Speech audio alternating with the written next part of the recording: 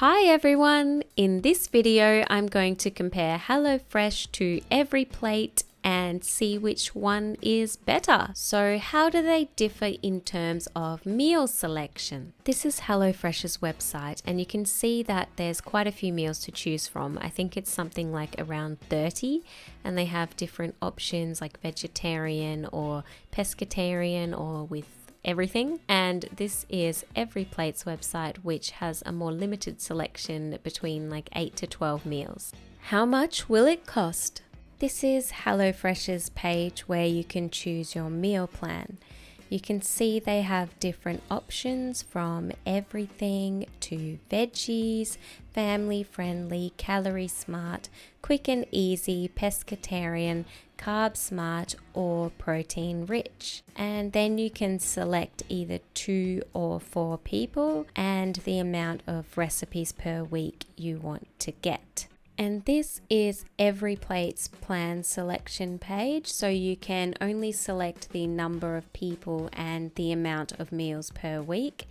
It's worth noticing that you can't customize your meal plan as in vegetarian or pescatarian, but they do have options for bigger families. With HelloFresh, it's only 2 or 4 people. EveryPlate has an option for 6 people, and it also has an option for 6 meals a week instead of 5. As far as comparing pricing, for 2 people and 5 meals a week, HelloFresh would cost $109.89 including shipping, and EveryPlate would cost $75.89 including shipping. So the total difference for 2 people is $34, with EveryPlate being cheaper. And the only other real comparison I could make was for a family of 4 with 5 meals a week.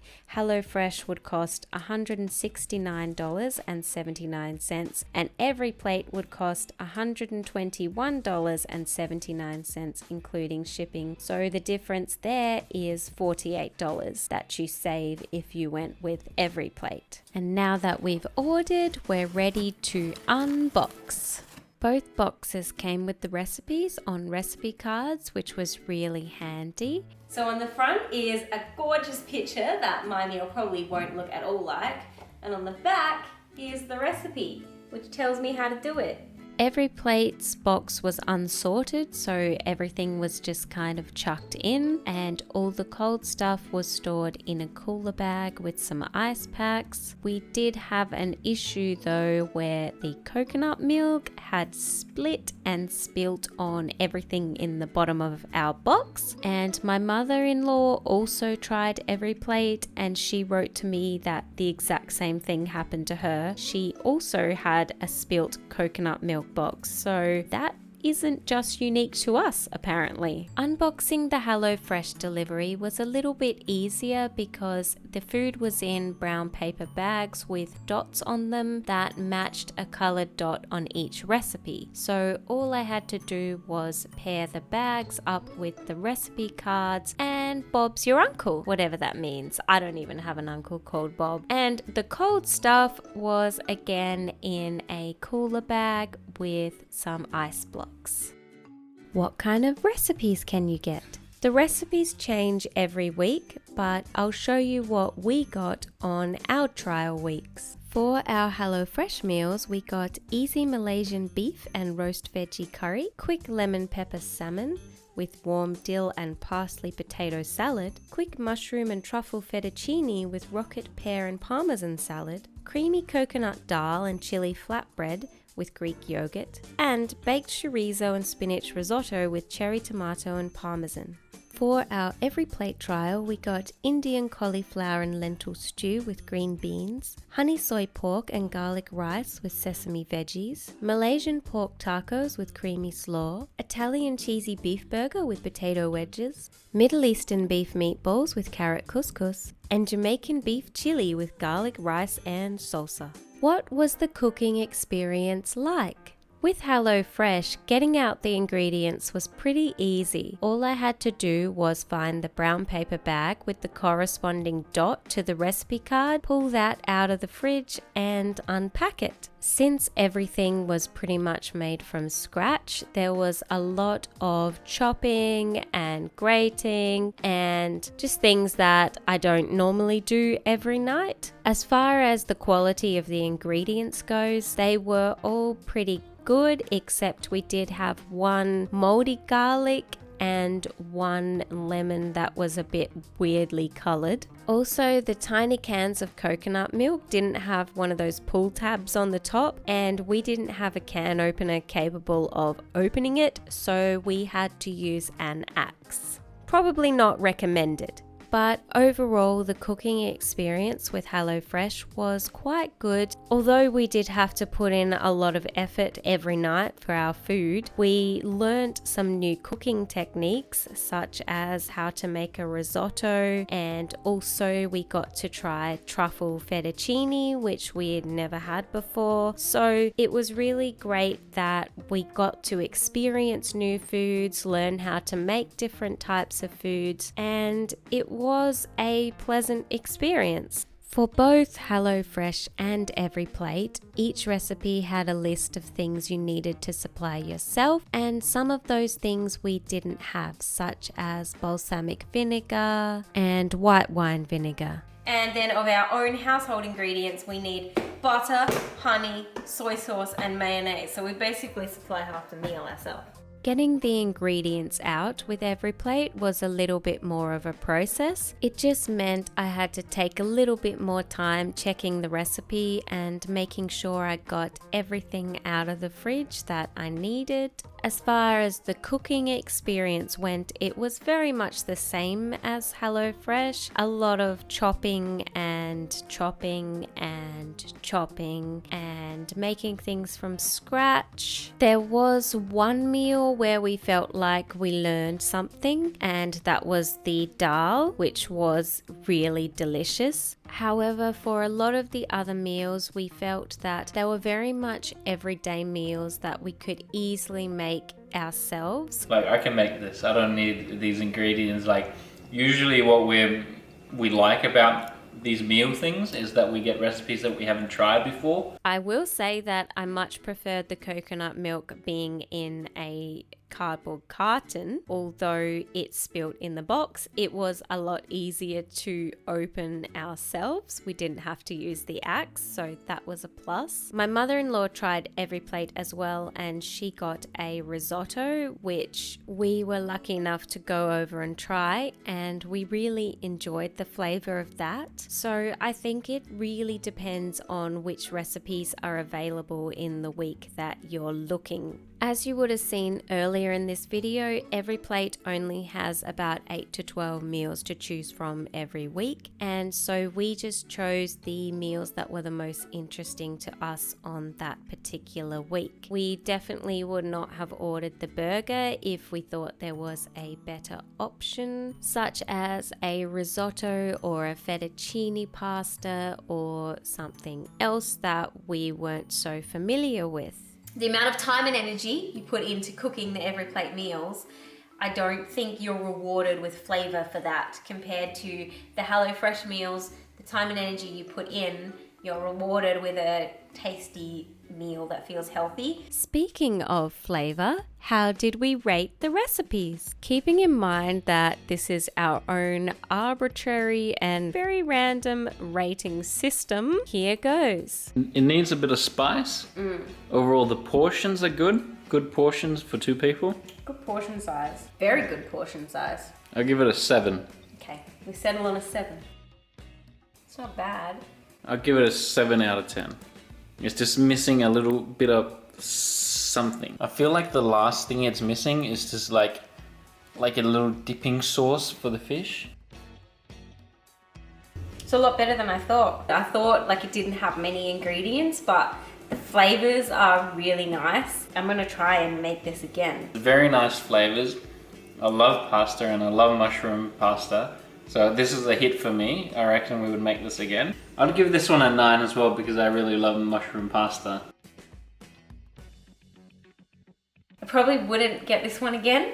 7 out of 10. The portion size is great. I just feel like it could be a bit more creamy or fluffy or something. I'll give this a 7. It's a good solid meal, strong flavours. Yeah, 7. 7 is about it. It's not a crazy favourite, but it is definitely a solid option.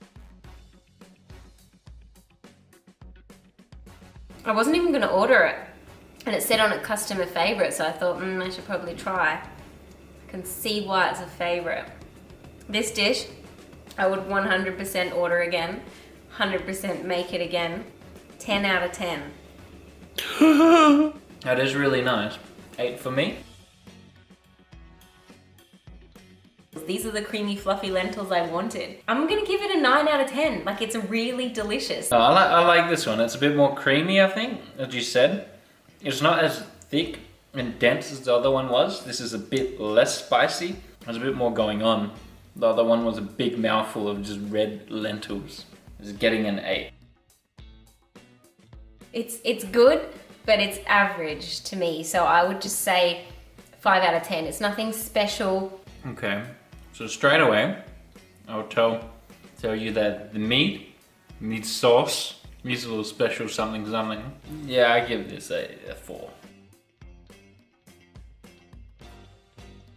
But I think it's very bland and very plain. Like, I think these are disappointing tacos. I'd probably give these a 4 out of 10. Like the tacos, yeah, I wouldn't get this one again just because it's missing a certain something. Like, you can easily go to the shops and pick up these ingredients, add cheese even, and spice it more up yourself. It's a 3 as well for me. As far as the burger goes, it's a really good burger. The bun is nice, the meat is cooked well, the chips are good. So for a meal, it's like a solid 8 out of 10. That said, I probably wouldn't order it again because it's something that I can get everywhere. What stands out about this burger compared to any? I don't think anything actually stands out about this burger. Decent size, soft bun. Like, I can make this. I don't need these ingredients. It's 5. Like, it's good. At the end of the day, you get a good burger. If you want a burger, you get a burger. The meatball is good, but it's like an average meatball. It's not packed with flavour. A 7 out of 10. Because it's nice, but it doesn't wow me. I like these meatballs. They're probably a bit better than the IKEA meatballs, I think. It's got some nice flavours to it. It just doesn't have any spice, which would be nice. It tastes like fresh. I'll give this like a 6.5. That is really good. And it was quite quick to put together. Easy to make. This one's got a bit of a sauce, which is nice. I like that about it. I'll give this an 8 out of 10. It's just missing a lot for me. I wouldn't take this recipe again. Therefore, it gets a 5. It's neither good or bad. It just is.